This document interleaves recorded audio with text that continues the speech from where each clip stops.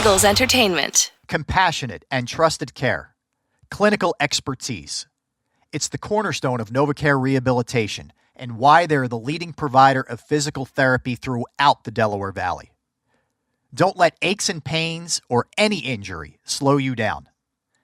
Schedule an appointment today at NovaCare.com. The Philadelphia Eagles choose NovaCare, so can you. NovaCare, the power of physical therapy. Hello and welcome to Modern Times. We've landed in the 2010s. It's a decade stuffed full of rivalry memories. I remember some of them like they were yesterday, while others from years ago are so fleeting. I know. When we started this, we were so much younger, and so was the rivalry. We've traveled from the 1960s, where a fledgling Dallas Cowboys franchise left a big mark on the Eagles. The first thing you saw was Timmy getting up off the ground with blood streaming out of his mouth and his helmet off. Hitting running back Timmy Brown and jump-starting the fierce competition between the Birds and the Boys. Then it was to the early 70s for disco music, too many losses to keep track of, and Cowboy dominance. Everybody hated us. Everybody wanted to beat us. By the early 80s, Eagles fans could finally brag about being Eagles fans. And boy, did they. You couldn't hear. It was just like a roar. It was beautiful. That pride lingered for the rest of that decade for two big reasons. Snowballs and hard-hitting football, a.k.a. buddy ball. It was a way to get back at the Cowboys.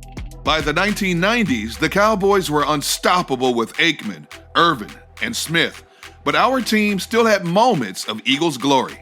Troy Aikman was the golden boy, and here's this tough Eagles defense. They really got after him. We cruised through the 2000s. The aughts served up pickle juice, a super close Super Bowl, and a whole lot of lopsided wins. We scored 49. We broke the old Chicago Bears record. I think Chicago beat them like 44-0. So that was satisfying for sure. Here we are, tackling a new decade in this episode of Return Game, Birds, Boys, and Bad Blood, presented by NovaCare Rehabilitation. I'm your host, Rob Ellis. And I'm Derek Gunn. Let's head straight into 2013. President Obama started his second term. Prince George was born. Earworms, Happy, and Let It Go were everywhere. I think just mentioning those titles means that they are going to be with me all day. And probably all of our listeners, too. So you're welcome. I would break in a song, but we don't have the rights, and I don't have the voice. Edward Snowden became a household name, and this year marked 50 years since JFK was shot in Dallas, an event we touched upon in our 1960s episode. In 2013, the Eagles draft class included Lane Johnson and Zach Ertz. And among the Cowboys draft picks were Travis Frederick and Terrence Williams. Jason Garrett was in his third full season as head coach. And the Eagles had a new head coach, too. His name was Chip Kelly. Almost cherub-like at times. A lot of energy. Spoke really fast. Eagles insider Dave Spadero's description is spot on. Kelly made a career coaching college football. He had stints at Johns Hopkins and New Hampshire before landing in Oregon.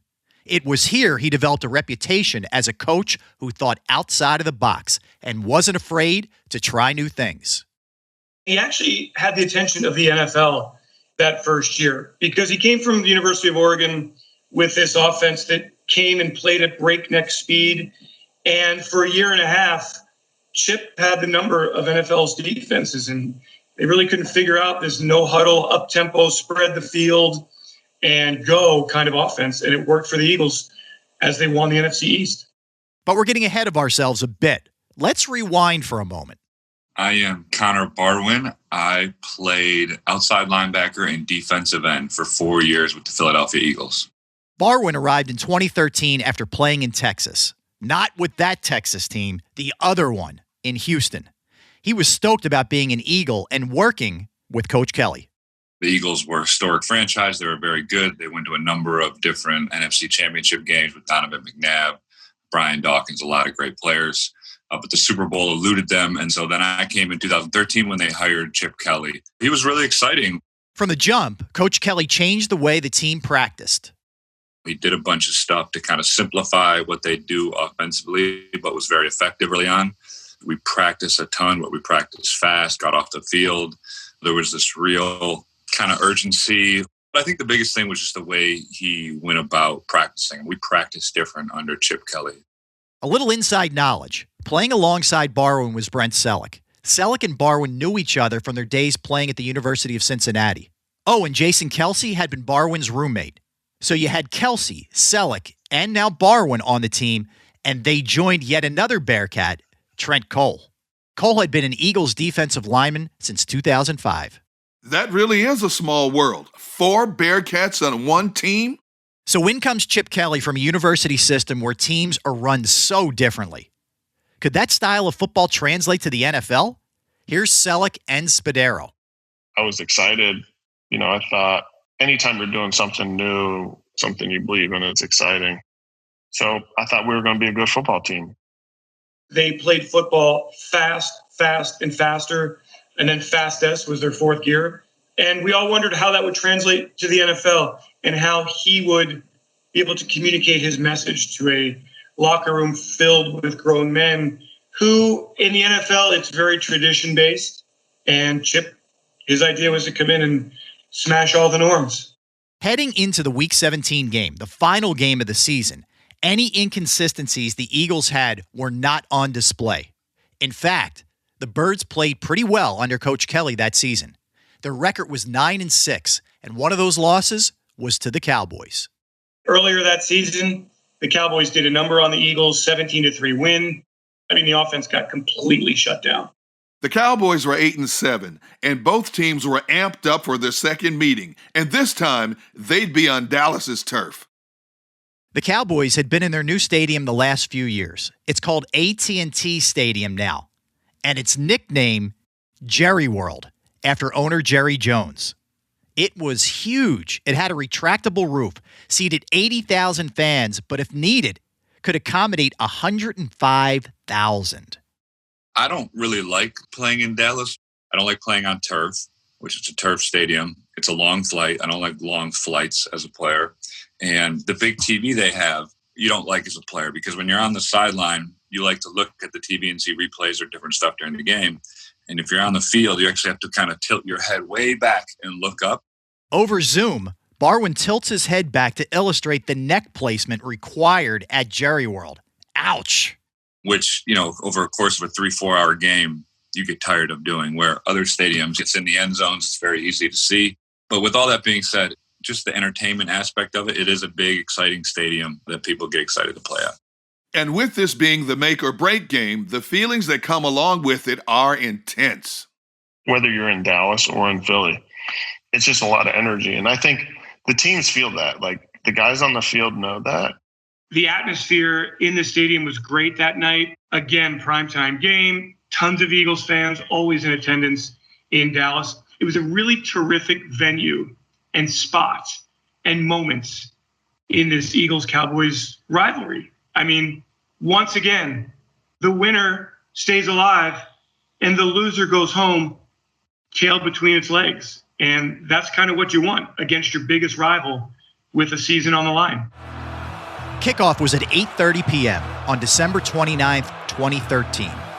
There were over 90,000 fans in the stands. The roof was closed. Alex Henry to kick off. Philadelphia won the toss and deferred. So 90,000 waving towels here in Arlington, Texas, and off we go, the final game of the regular season, and it starts with a run back from 6 yards deep. The Eagles scored first, the field goal. Second quarter, Eagles running back LaShawn McCoy catches a touchdown pass from Nick Foles. The Birds took a 10-0 lead. Tony Romo, the Cowboys starting quarterback, was out. So Kyle Orton was playing, so that probably gave us a little bit more confidence. No offense to Kyle Orton. The Cowboys get on the board.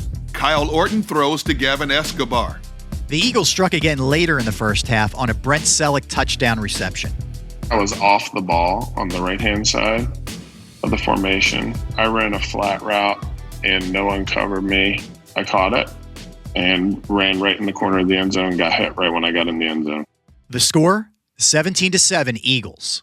A kicker named Dan Bailey would close out the half with a field goal for the boys. The score, 17-10 Birds. It's halftime. Back to the visiting team's locker room. It is Cowboys silver. Everything is very, very silver. There are silver lockers, silver walls, silver floors. After a short pep talk from Coach Kelly and a check-in with their position coaches, Selleck and Barwin run back onto the field. But this is Texas and Jerry World, so it's a glass tunnel from the locker room to the field.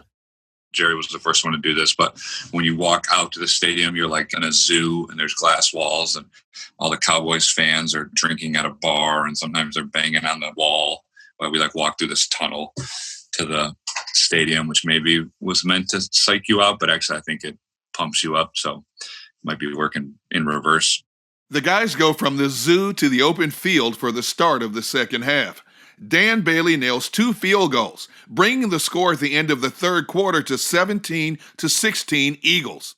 Starting the final quarter with a 1-point lead could lead to panic and sloppy football, but Barwin seems to remember that he kept his cool. Probably at that point, you're so into the game, and honestly, you kind of revel in those really competitive, really close games. You just kind of get in kind of a zone. At this point, it was a real toss-up. Anybody could win. Any play was needed to break this game open. Dallas was driving.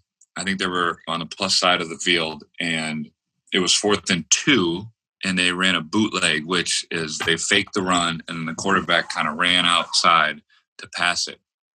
Now, the interesting part about this play is when Kyle Orton turned around and ran and tried to pass it, I jumped up and batted the ball down, turnover on downs. So we got the ball. But in reality, Barwin may just have been in the right place at the wrong time.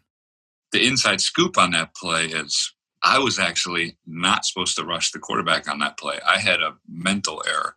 I was so kind of excited. And when the ball was snapped, I wanted to make a play so bad that I just made a decision and took off. And in reality, if I wouldn't have jumped up and batted that ball, he was throwing to my guy who was wide open, who would have been a first down. So in many ways, it was a great play, and I made the play. On defense, if you're just playing really fast and playing hard, you can cover up a lot of mistakes. When I remember, I looked exactly at my coaches in the eye on the sideline because I knew and they knew. Even some of my teammates might not have known because they don't know when an outside linebacker is supposed to be dropping in coverage, and everybody was probably so excited. But that actually almost was a really bad. In a split second, it went from, oh, I just messed this up to, all right, let me jump up and try to make a play and just bat it down with the tip of my finger and kind of save my ass on that. But it's funny how that works out sometime. Here's how the Cowboys wanted the play to unfold. Kyle Orton throws a pass. His target is DeMarco Murray. Murray catches the football and scores. Cowboys take the lead. No such luck. That pass was incomplete, and the reaction? I'm sure it was quiet and they weren't happy. I kind of had a more subtle reaction. Like I wasn't going crazy because I was kind of in my head thinking good play, but you got a little lucky there. You know what I mean? Time is ticking down in the fourth quarter. Just over 6 minutes on the clock, and the Eagles score. Bryce Brown runs for 6 yards. The score sits at 24-16 Eagles. The NFC East title is almost in their grasp. 2 minutes later, from the Philadelphia 32, Orton passes to Des Bryant for a Dallas touchdown. The 2-point attempt fails. Eagles fans could breathe for a moment. We got off the field on 4th down to give the offense the ball back, and we thought at that point the game was over. But there was still over 3 minutes left, and those Cowboys had a knack for surprising the Birds. They got the ball back. We were rushing Kyle Orton. He was in a desperate situation. He threw up a pass. Orton's target, Miles Austin, but not so fast. Brandon Boykin got the interception and then kind of fell to the ground. Then the game was truly over. Our offense just kneeled out the clock after that. And I remember that play, being on the field, excited to kind of make a play on Kyle Orton, and then turning around and watching Brandon make the play, and then all of us running over and tackling him, because then we knew the game was absolutely sealed and we just beat Dallas to go to the playoffs and win the NFC East. Christy Scales says that for Dallas, it was tough to watch their playoff hopes slip away, like that last intercepted pass to Miles Austin. What I remember going into that game is just the charged atmosphere inside AT&T Stadium. And it's a place that can get loud, but Cowboy fans are pretty entitled. The fans were really juiced up that day. And even though Tony Romo had been injured earlier in the season and Kyle Orton was having to fill in, I think there were still a lot of hopes going into that game. And that's why it was so crushing to not only miss the playoffs and do it shorthanded, but for the Eagles to advance. That's what really hurt. Oh, Christy, sorry, not sorry. We've been there so many times. The final score, 24-22. The Eagles clinch the NFC East, and the celebrations erupt. You get in the locker room, and it's the best. I mean, it's absolutely the best. It doesn't matter that you're on the road. It's almost even a little sweeter when you do it on the road, especially in Cowboy Stadium. People are throwing out the T-shirts.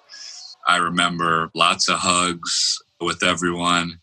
That's a special hour after that game, just with your teammates. Nobody's in there. Coaches are ecstatic. You're hugging coaches. So it's kind of messy, a bunch of sweaty men hugging each other and taking pictures and putting on, acting like this $10 T-shirt is the greatest thing they've ever received. But it is. It's all that work and doing it as a team and being happy that you've given yourself the opportunity to get into the playoffs and compete to try to win a Super Bowl. 1 week later, the Eagles took on the New Orleans Saints at home. It happened again. The final score difference, 2 points. It was another 2-point game, but this time it broke for the Saints. The Eagles lost 26-24. It was heartbreaking. And for the next several years, the Birds failed to get back to the playoffs until 2017. And that's the year we are heading to right now. I might be overstating it here, but the 2017 Philadelphia Eagles season is probably the most awesome, beyond amazing in the history of the franchise and possibly the world or even the universe. Rob, if anything, that is an understatement, and you call yourself a fan. I do, and I am. Anyway, I'm not the only one who feels nostalgic about remembering the 2017 season. Brent Selleck does too. I think as you get older, you realize that any year can be your last. And for me, I wanted to win a Super Bowl. And so that's all that really mattered to me. Looking back on 2017, we had some things happen to us, like the kick that Jake had against the Giants to help us win. Well, this will be a 61-yard attempt. That was a big play by Alshon Jeffrey to make the catch and go out of bounds. Are we expecting this one? No. But once upon a time, Mike and I did a game in Tampa where the Bucks kicked the 62-yarder. And this is the dream of a kicker. Those dreams that they have of winning games, this is that one. Yeah, but it's 61 yards. Hold your breath. Ball is spotted. The kick is away. And the kick is... It's gone! And the Eagles win! This is that dream I talked about. They win! He's had this dream before. 61 yards! The longest kick in Eagles history. And some other things during that season, like we were playing the Rams and Carson goes down and Foles comes in and we win the game. That is it. As the Eagles defeat the Los Angeles Rams 43-35. What a game. Those are like big moments in our season that we build upon to ultimately win a Super Bowl. But it was like we had the right people. It was the right time. It was like everything about it was perfect. Before that perfect ending season moment, the Eagles competed in some tough games, and as Brent Selleck just said, overcame some obstacles that for lesser teams would have been season-ending challenges. One of those moments happened in Week 11. The Eagles were in Dallas. It was the first meetup of the season. The Eagles were having such a good run. It was really a nod to what they were building to. Their record is 9-1. Doug Peterson had started as a head coach in 2016, but he was familiar with the Eagles and this rivalry because Peterson suited up for the Birds in 1999. The Cowboys were still under the watchful eyes of Jason Garrett, a man who Christy Scale says loves Bob Dylan and Bruce Springsteen. 2017 should have been a good year for Garrett and the Cowboys. The Cowboys had such a good year the previous year during Dak and Zeke's rookie year. And so there were such high hopes entering 2017. Those players Christy Scales mentioned are quarterback Dak Prescott and running back Ezekiel Elliott. People who follow the NFL know that sometimes the season doesn't always match the hopes. The Cowboys were sitting at 5-5. It's Sunday night, and the Birds are in enemy territory. Let's see what happened next. The ball is spotted. The kick is away, and the kick is good, and the Cowboys lead 3-0. Straight out of the gate, the Cowboys nail a 48-yard field goal. That's not a good feeling, and you realize you got to come from behind, but you can't really focus on that. You just have to focus on the play that you're doing.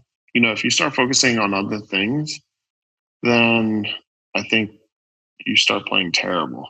And so the mentality for a lot of football players is just erase that last play, erase what just happened, and focus on the next thing. That's tight end Brent Selleck. In 2017, he was in his 11th season with Philadelphia. He'd seen his fair share of roller coaster games. You know, the ups and downs, leads exchanged. And this game started just like that, but with a twist. Here's Dave Spadaro. Jake tries to make a tackle. Kickers only do it if they're desperate. So Jake was desperate, stuck his head in there and got dinged and then missed a field goal. The lesson here is the kickers don't get mixed up with the big boys. And I think Jake allowed himself to get mixed up a little bit with the big boys, and it cost him the rest of the game. Jake Elliott, the kicker, was out. Would this mean game over for the Eagles? Then running back Kenyon Barner scores. The Eagles are in the lead. The Giants scoreboard in AT&T Stadium reads 7-3 Eagles. Then 2 more field goals from Dallas's Mike Nugent. The Cowboys extended their lead to 9. The Eagles are holding at 7. It's halftime, and the teams run off to their respective locker rooms. To even have a shot at the Super Bowl, the Birds needed to keep winning. So Coach Peterson's pep talk had to fire up the team.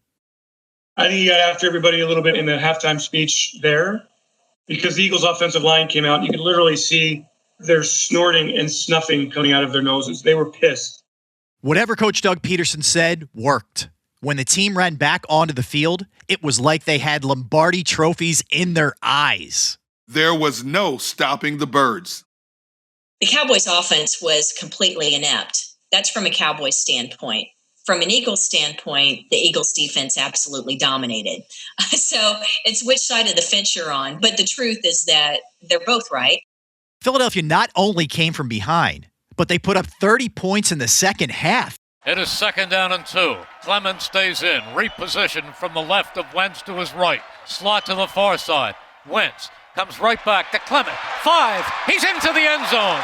Clement and the Eagles regain the lead, and that's the kind of drive the Eagles needed. 3 receivers to the far side of the field. Wentz takes it again. He's looking. He's still looking. He pumps. He fires. And penalty flag thrown as the pass is complete to Torrey Smith down at the 1-yard line. And now they say he's in. Touchdown. Wentz in the shotgun. He's back. He's looking. He fires. And it is complete to Alshon Jeffrey for a touchdown. We had to wait.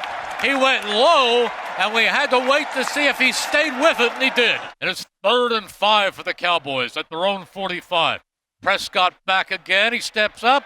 The ball is deflected and loose, picked up by the Eagles. It's Bradham. Nigel Bradham. Bradham picked it up and took it in for a touchdown. The Cowboys didn't score in the second half. They did not make it to the end zone once. A touchdownless game. Is that even a word? I think it's a 2-word hyphenate, but we get the point, and so did Dallas. It just left a bad taste in the mouth of not just Cowboys fans, but the organization, and I think the mindset that wasn't going to happen the next year. It's never a good idea to leave the enemy fired up, looking for vengeance, just like another Liam Neeson movie. But it's that one-upmanship that keeps this rivalry thriving and the fans completely enthralled, home or away. Eagles fans always show up in Texas. And when the Eagles play the Cowboys, there is always a very large representation of Eagles fans. And that season, with the Cowboys struggling, Dallas fans were more than happy to sell their tickets to Eagles fans. So it was a large contingent of Philadelphia Eagles fans there who enjoyed every bit of it.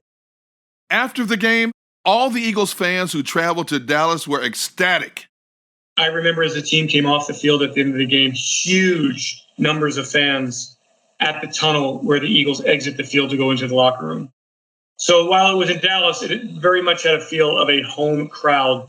And that's kind of the way it was that season. I mean, that was a team that left that field 9-1, knowing that this was going to be a special ride of a season.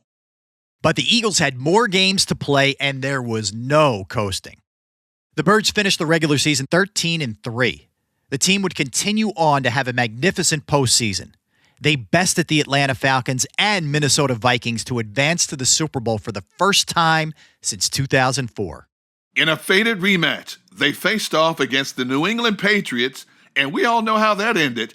Let's take a moment to savor that victory. 9 seconds left. Eagles by 8. Brady lines them up. He's back again. He steps up. He's hit. He stumbles. He is throwing it deep for the end zone, and it is batted around and incomplete. And the game is over. The game is over. The Philadelphia Eagles are Super Bowl champions. Eagles fans everywhere, this is for you. Let the celebration begin. There's going to be a parade on Broad Street. Hey, man, if this is a dream, don't wake me up.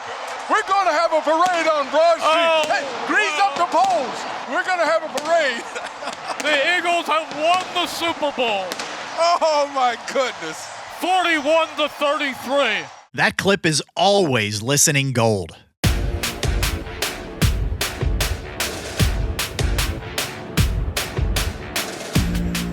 Okay, we're back. Derek, we seem to be only focused on the odd years in this episode. 2013, 2017, and now we find ourselves in 2019. It's as if the rivalry, at least from the Eagles side, thrived in the odd years. 1979, 1987, 1989, 1991. By the way, take a listen to those earlier episodes. You might notice a pattern.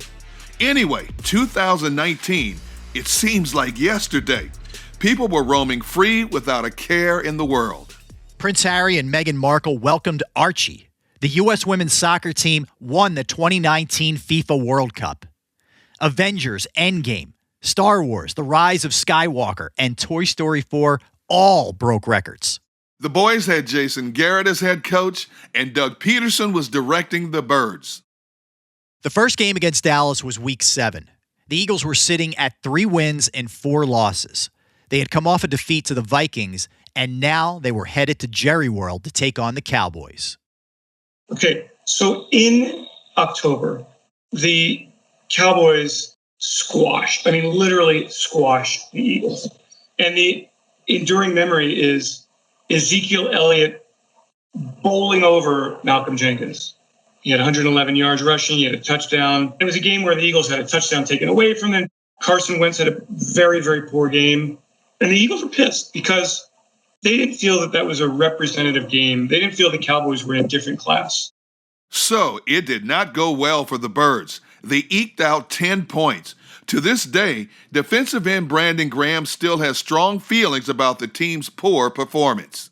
It was embarrassing. You know, that first game we got blew out. It was bad. I know I had my worst game as an Eagle against them. That was one of them games where I was hurting and trying to push through, and it just looked even worse because Zeke juked me on one play, boy, and it was like one-on-one. Am I going to make the tackle? I made him cut back inside, but it didn't look good on TV. The final was 37-10 Cowboys. Well, that thrashing may have just stirred the need for payback. By the time the Cowboys came to Lincoln Financial Field, I think the defense, and I remember that week, a lot of player conversations and meetings, and the idea that we are not going to let the Cowboys come in here and stomp on us. For me, man, I just wanted to go out there and put up a better performance because I wasn't happy with the first one. I think everybody could say the same because the way we went out there and played, you could tell that everybody wanted to make it right. Retribution was something the Eagles franchise had experimented with, but only a little. In the late 80s, Buddy Ryan was known for his scorekeeping and sending hard-hitting messages. But this more modern Eagles team had a different idea of payback. Think death by 1,000 paper cuts. You don't really know its impact until it's too late. It's December 22nd, 2019, and we have yet another late-in-the-season showdown for the rivals. Eagles fans are here for it. Dave Spadaro again. It's no secret that Eagles fans consider the Dallas Cowboys public enemies number 1, 2, 3, 4, 5. I mean, so many times I've had coaches say, well, I came to Philadelphia and the first thing I heard is, good luck, coach. Make sure you beat the Cowboys twice. We have heard that before. And so by the time that game started, late in the day, people are partying and people are ready to beat the Cowboys. And nothing matters more than beating the Cowboys. And this is why the NFL sets up the Eagles and the Cowboys late in the season almost every year. It's a great rivalry. I cannot imagine Dave Spadaro and Christy Scales would agree on much, but here we are. That's the genius of the NFL, right? Is to put the two rivals at the end of the year, because with Washington and the New York Giants really not doing much in the decade, it just made absolute sense that it was either going to be the Eagles or the Cowboys. And that's pretty much the way it was for the whole decade. And the NFL knew exactly what they were doing in setting up those regular season finales. Kickoff was 4:25 p.m. at the Link. It was 47 degrees, rather warm for this late in the season. Close to 70,000 fans filled the stadium. The Cowboys won the toss. Forget the records. Neither the Eagles nor the Cowboys are thrilled to be 7-7. Regardless, one of these teams will win the NFC East and host a playoff game. For the Eagles, this game means everything. First 15, Jake Elliott, a 36-yard field goal. 3-0 Eagles. The defense was paying extra attention to Ezekiel Elliott. Every time Ezekiel Elliott, who had over 100 yards in the October matchup, every time he carried the football, you could just see the Eagles defense swarming to him, carrying the message from 70,000 fans at the Link saying, don't let Elliott get up after a big gain and give me that feed me sign that he does that drives people crazy. Could the Eagles defense keep Elliott from feasting? I just remember it was all about, we know what they're going to run, we know what they're going to do. It's just all about who's going to want it at the end of the day. Still in the first quarter, Carson Wentz completes a 6-yard pass to Dallas Goedert. It's a touchdown. The Eagles lead 10-0. The second quarter is underway. The Cowboys kicker Kai Forbath hits a 49-yard field goal. Then, right before halftime, Forbath nails another field goal. The score sits at 10-6 Eagles going into halftime. Tony Pollard, the deep man, to return the opening kickoff of the second half by Jake Elliott. Eagles scored on their first two possessions, but the Cowboys came back and scored with 2 field goals, so it's a 10-6 Eagles lead. Eagles have had too many opportunities to only have 10 points. It's the third quarter, and the Birds and the boys are ready for the second half. It's anybody's game for now. Going into this game, I felt that the Eagles would have to win an ugly game. The lack of weapons offensively hindered explosive plays, big gains, challenging matchups. So it was, hey, Carson, don't turn the football over. Offense, let's control the clock. Let's move the sticks. Let's go up and down the field. And it just wasn't pretty. It was just kind of old-fashioned, grinded-out football. Dave Spadaro was right. This game wasn't the nail-biter of 2013. It wasn't the lopsided victory of 2017, but it was everything the Eagles needed it to be. In the third quarter, Miles Sanders found the end zone, bringing the score to 17-6. Dallas made one more field goal in the fourth quarter, and then it was over. Drama? You want drama? There was plenty of it at Lincoln Financial Field yesterday as the Eagles started strong and finished strongly as they beat the Dallas Cowboys 17-9. There were too many heroes to name. Suffice it to say that Carson Wentz was brilliant, Miles Sanders had another big game, and the defense held the Dallas Cowboys to just 3 field goals. So the Eagles saved their season, and they head for the Giants next Sunday with a chance to wrap up first place in the NFC East and gain a home playoff game. The final score was 17-9 Eagles. Dallas was held to, oh wait, I can use my new favorite 2-word hyphenate here, another touchdownless game. But the Eagles played the way they needed to secure the win. It was just mentality that game, man. Everybody wanted to win the NFC East. I think this was an opportunity for us to keep it going and to beat the Cowboys, who everybody loved and, was boasting about who was going to win that year. And, man, we came in with just our attitude on just making sure that we don't go out there and embarrass ourselves like we did when we went down there. And the number that sticks out, Dallas was 3 of 14 on third downs. That's huge. Eagles were able to keep the Cowboys' offense off the field. And while the Eagles didn't score a lot of points, they controlled the clock. They had the football for 36 minutes and 12 seconds, grinding it out. Control football, small ball, not a lot of exciting plays. It was not a game of excitement. It was a game of let's figure out a way to win our way. And in the case of the Philadelphia Eagles, in December of 2019, the way they won was ugly, and they did it that day. Is there anything more Philadelphia? It was a blue-collar win in a blue-collar town against the despised Dallas Cowboys. So maybe at the end of the day, an ugly win on paper, an ugly win to the eye, was beauty in the eye of the beholder because it kept the Eagles alive, pushed them into the following week where they clinched the NFC East. And it was just like, not again, not to these guys.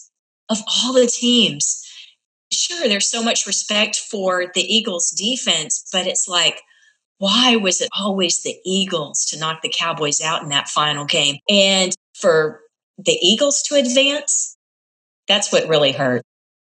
The Eagles went on to defeat the New York Giants on the road the following week. The team clinched the NFC East title. But those feelings of euphoria were short-lived. The Birds lost to another Bird team, the Seahawks, in the wildcard game. But their December win at the Link put Dallas in second place and out of the playoffs, exactly where the fans want them to be. So, Rob, it seems like we've literally run out of time. I know. We played one season in this decade. And as far as we see it, in rivalry games, the Birds and the Boys are tied at 1-1. The Eagles organization has nothing but respect for the Cowboys. They continue to push our players and coaches to play better and smarter. And I have no doubt that the Boys will continue to get under our fans' skin like no other team in the NFL. It really is the fans who drive this rivalry and keep the Birds flying. So with that in mind, in our next episode, we turn our attention to some of our most well-known Eagles fans. Hi, I'm David Boreanaz. Presently, I'm working on SEAL Team, executive producer, actor, director. I'm Kevin Nagandi, ESPN host for SportsCenter, as well as college football ABC. How you doing? My name is Jeff Towns, professionally known as DJ Jazzy Jeff. Harley Lloyd. I play for the U.S. Women's National Soccer Team. My name's Jim Cramer. I am the host of Mad Money with Jim Cramer on CNBC. You have been listening to Return Game, Birds, Boys, and Bad Blood, presented by NovaCare Rehabilitation. I'm Rob Ellis, and joining me this season has been the excellent Derek Gunn. Thanks for listening. And Eagles thank you to all of our guests for sharing their stories. And thank you to Christy Scales, Brad Sham, Charlie Waters, Cliff Harris, and Nate Newton for representing the Cowboys. This podcast is a production of Eagles Entertainment and is produced and edited by Buffy Gorilla with sound design and mixing from Peter Kelly and Trevor Hayes. Our story editor is Jeanette Woods. We couldn't have put this season together without the help from the following people: Jen Kavanaugh, Eric Long, Stacy Kelleher, Brian Papson, Jen White, Wesley Laria, Chris McPherson, Fran Duffy, Dave Spadero, Tanmay Patel, and Chris Rutledge. If you want to dive deeper into the Birds and Boys rivalry, head over to PhiladelphiaEagles.com/Birds, Boys, Bad Blood, where you'll find photos, videos, additional audio, and even more behind-the-scenes content. Compassionate and trusted care. Clinical expertise. It's the cornerstone of NovaCare Rehabilitation and why they're the leading provider of physical therapy throughout the Delaware Valley. Don't let aches and pains or any injury slow you down. Schedule an appointment today at NovaCare.com. The Philadelphia Eagles choose NovaCare, so can you. NovaCare, the power of physical therapy.